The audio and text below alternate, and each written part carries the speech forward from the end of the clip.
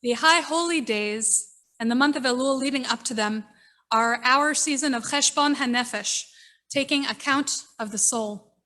It's hard work, but it's necessary, looking through our own deeds and intentions, assessing how we've done.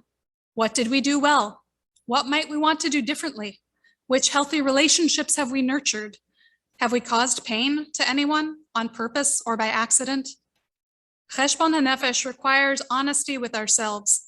It also takes a measure of decentering ourselves, acknowledging that we have significant impact on others and can't say objectively that we matter more than they do.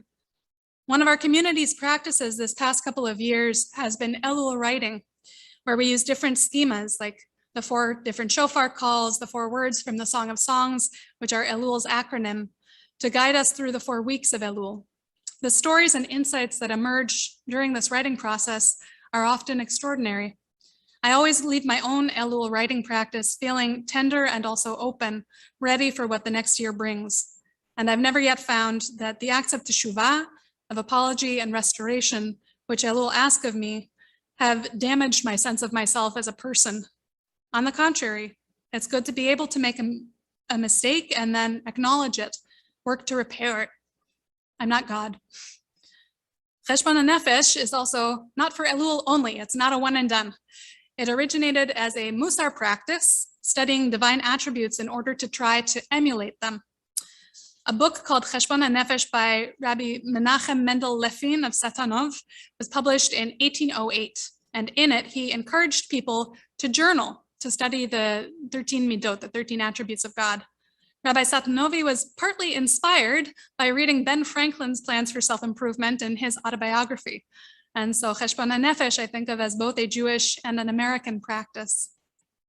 Cheshbon HaNefesh and Teshuvah are worth it for us because they increase our ability to be good, functional human beings with the capacity for growth.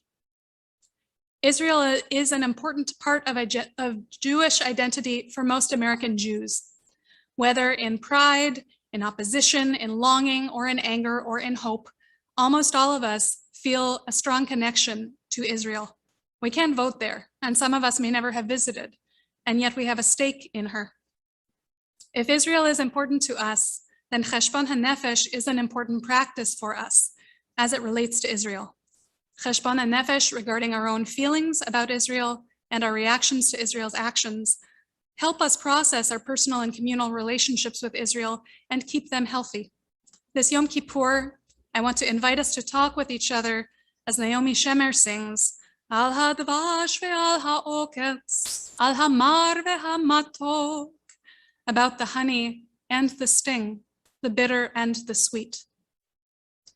The Israeli Minister of Diaspora Affairs, Nachman Shai, wrote an astonishing, to me, piece that he published in the Times of Israel on September 2nd. He aimed it at diaspora Jewish communities and spoke directly to them. And the title was, I know Israel has let you down and we are doing teshuvah. This is a minister of the government speaking. He appeals to religious communities to have exactly this kind of conversation, this kind of Cheshbon HaNefesh together. Because Israel and Jews of the diaspora, he says, and I believe it, need each other. Israel needs, he writes, your clarity and your backbone to empower us to make the bold decisions that will ensure our continuity as both a Jewish and democratic state. We need your justice-minded values to assure Israelis that moving towards 2 states for 2 peoples is the only solution, both for our security and for our soul. We have room to be inspired by your models of pluralism and diversity, and of organized Jewish communal life within our own religious practice. And he writes, tell them that we believe in you, and that we are ready for both your critique and your ideas.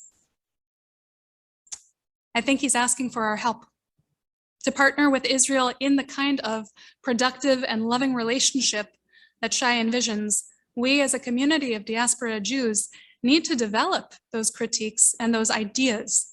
And if you believe, as I do, that teshuvah is helpful in the context of the Israel and diaspora Jewish relationship, then we need to do communal Cheshbon HaNefesh in order to help Israel do that teshuvah of which he speaks. I also think that this process is crucial to our lives here as Jews in America who are increasingly since this summer fielding critiques of Israel, whether we want to or not, critiques that don't necessarily come from a place of love and a place of connection. Cheshbon HaNefesh is a practical resource for us. We don't do Cheshbon HaNefesh and we don't strive for teshuvah to condemn ourselves or to dump on ourselves. We do it to love ourselves better, to lift up both the good and the growing edges. And we do it to stay in truer relationship with our goals and our values. Cheshbon HaNefesh is a really personal process. It's rooted in I statements, it's rooted in lived experience. You're not speaking for anybody else, and it attempts to avoid value judgments. It's a process of honest discernment, clarification, and a striving for improvement. And we can use this process with ourselves as a part of our relationships to Israel. Indeed, I think we must. This spring, during the war between Israel and Hamas, our temple did not craft or publish statements about our position on the violence. And instead, I and Rabbi Rachel gave Divrei Torah in Shabbat services, deliberately keeping our communication in live formats where we could see and hear people respond. And I spoke individually with different members of our community. There were some people I called to check in on who I knew had strong personal feelings about Israel and Palestine, or family in Israel or Palestine, or both. And doubtless there are people I missed, and I am sorry for that. But for about 2 weeks, I would say, and almost every conversation I had with a congregant, didn't matter the original topic, I would ask the person, how are you doing with all of this? All of this being the situation, as Israelis would say, hamatzav. How are you feeling as devastating violence unfolds and at the same time, coverage of Israel in mainstream American news media shifts, perhaps permanently, to a far more critical stance? I wanted then, as I want now, to hear from you, how you feel, what questions you are wrestling with. I want to accompany you in those questions. Here is what I heard this summer. I heard terror for relatives and friends in Israel who are under fire. I heard terror for relatives and friends in Palestine who are under fire. I heard that Israel's actions were justified and that the disproportionate criticism she came in for was anti-Semitic. I heard that Israel's actions towards Palestinians were oppressive and overly violent. I heard grief for the children dying, Palestinian and Israeli. I heard horror and fear at the volume of Hamas rockets. I heard shock and shame at Israel sending troops into the Al-Aqsa Mosque on the eve of Eid al-Fitr, which is a service that has a similar function to our slichot. I heard deep anger that Israel's right as a country to defend herself against acts of terrorism was reported on as if it were a political statement or a bargaining chip rather than a guaranteed. Many of us were and are scared about the increasing acts of anti-Semitism in America and elsewhere that tracked so clearly with the start of the war and the start of more critical coverage of Israel in the news. Many of us spoke with anger and frustration about suddenly being asked by people who might not be Jewish, friends, family, coworkers, fellow students, to explain Israel's actions, to justify them. And many of us felt both unprepared and unwilling to be asked for American Judaism's take on Israel by people who, sometimes friendly and sometimes not, wanted quick answers and a soundbite. There is complexity and weight and thousands of years to Israeli-Palestinian history. The simultaneous threat that Israel is always under, and the acts of occupation and war that she does engage in. I heard that these deserve fuller conversations than what this summer seemed to limit us to. What I also heard over and over consistently was anxiety about that fuller conversation, because the conversations that you folks were and weren't having were already so tough. When I talked with you, our members, on the phone, your voices went soft and tired when this topic began. It's so hard to talk about this. I feel like I can't talk about this because nobody else feels the way that I do. I'm not an expert in Israeli history. How can I give my opinion? I've tried to talk about it, but everybody is so angry. I hear my progressive friends condemning Israel, and I feel like they're all going to jump on me if I speak up and I tell them it's not that simple. I want to talk about it, but I worry that I'm only going to give Israel a bad name. And isn't there enough anti-Semitism already out there without feeding it? All of this was happening. And clergy, I can say from personal experience, shared these concerns. I heard all of this in our community, and I'm reporting it back to you today so that you can hear it also, and you can feel the texture of the threads connecting our community members to the Holy Land. Amplifying and reflecting your voices is my privilege as your cantor. But I also believe that we can hear these things directly from each other, not just from the bima. Our communal weave is strong enough. Our ability to listen to one another with love rather than rancor is deep enough. I want to invite you on this Yom Kippur to make open conversation about Israel and Palestine with other members of our community and your communities a more regular part of your lives. Our feelings were and are running high.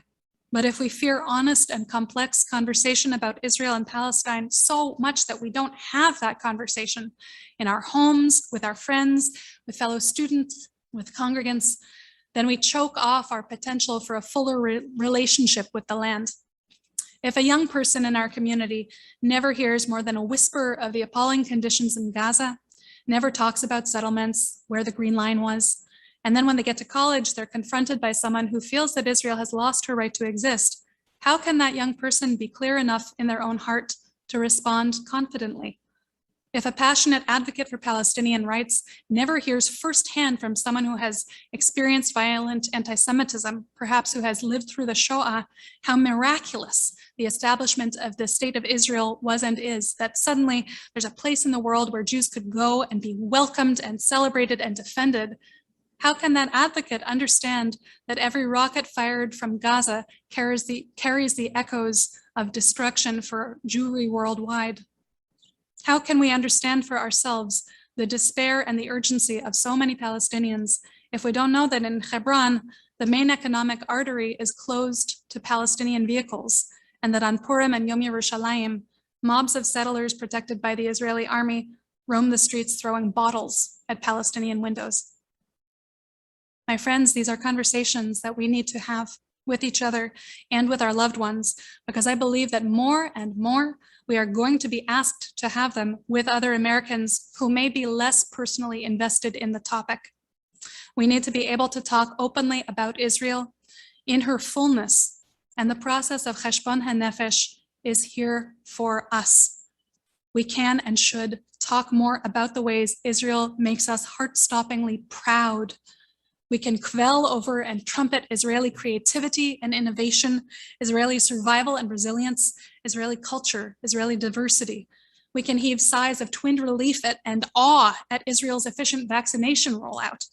We can marvel that Israel is a unique country that runs on Jewish time, located in the birthplace of Jewish history, a place where Jewish holiday and ritual and food observance are part of the majority culture, not the minority.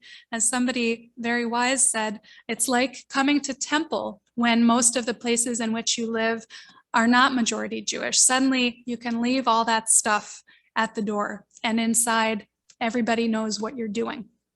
That's Israel for Jews.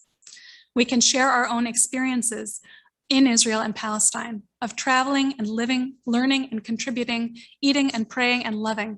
Israel grabs me, it roots me, and it expands me. And I look forward to the day when I can bring my family back there and, God willing, sometime a temple group. Israel is unique in this world. And Israel is also worth the harder conversations. We can and should talk about times and ways where many of us feel that she has missed the mark. That's the word we use, not sin, but to miss a mark, to get it a little off. We can talk about our different reactions to the forced isolation and disenfranchisement of Palestinians in and around Israel, settlement encroachment, areas of Palestinian control that are sprinkled like sand grains throughout the West Bank, so there's no free movement and economic development is really difficult. We can talk about the storming of the Al-Aqsa Mosque. We can talk about what it felt like to be Jewish in America this summer, fielding these conversations. We can talk about Baruch Goldstein, an American-Israeli terrorist who fatally attacked Muslim worshippers in a mosque in '94. And we can talk about why his tomb stands like a shrine in a Hebron city park with the words, "clean hands and a clear heart" engraved on it, and why his Kehanas party again has a seat in the Knesset. We can talk about what it's like to hear terrorist groups chant from the river to the sea and know that the desire to erase Israel and its Jews, God forbid, is real and is violent and needs defending against, and yet at the same time to grieve for Palestinians growing up behind barriers that hinder access to enough food, education, clean water, medical care, and jobs. We can take an honest accounting of the devash and the oketz, the honey and the sting. I love Israel. I've been there only once for 3 weeks, but she is integral to my sense of my own Judaism. My Jewish heart will always respond to the land and to the people who dwell upon her, and my heart cracked this spring. From the conversations I've had with you, my experience wasn't unique. Communities have practice, sharing both grief and love. Let's use those muscles. I don't want you ever to feel fear at the prospect of a conversation about Israel and Palestine. I want you to feel that your temple community is a safe place to have those conversations and has prepared you for having them in other contexts. Our Temple Emanu-El community has, in fact, a truly incredible structure that supports a practice of talking about Israel. We have an ongoing Israel Chavurah that meets once a month, and after Shabbat services on a Saturday. It's a place for people to come and talk with one another about Israel freely. It's been going for so long that for some of you, this may feel like old news, but I've got to tell you, when I first applied to work here and I saw Israel Chavurah listed on the website, I almost jumped out of my chair. They talk about Israel every month. They talk about Israel. So Israel Chavurah is here for you. And later this year, I hope, God willing, to put together a story exchange for us to hear and try on one another's experiences in the Holy Land. If you have other ideas of how you would like our congregation to learn about Israel, to engage with Israel and Palestine, please let me know, because I would love to hear your input. The Zionist Theodor Herzl said of Israel, even before she became a nation state, Im tirtzu ein zo agada. If you will it, it is no legend. Israel is not a story anymore that lives only in the longing of our liturgy. It is, thank God, flesh and blood, earth and water, a modern political nation state here in this world.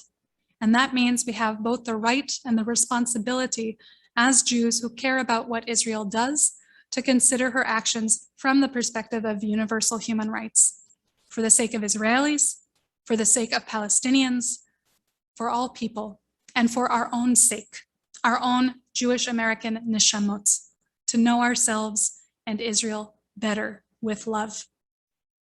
She and we are both worth it. Gamar Chatima Tova. May you be sealed for a good year.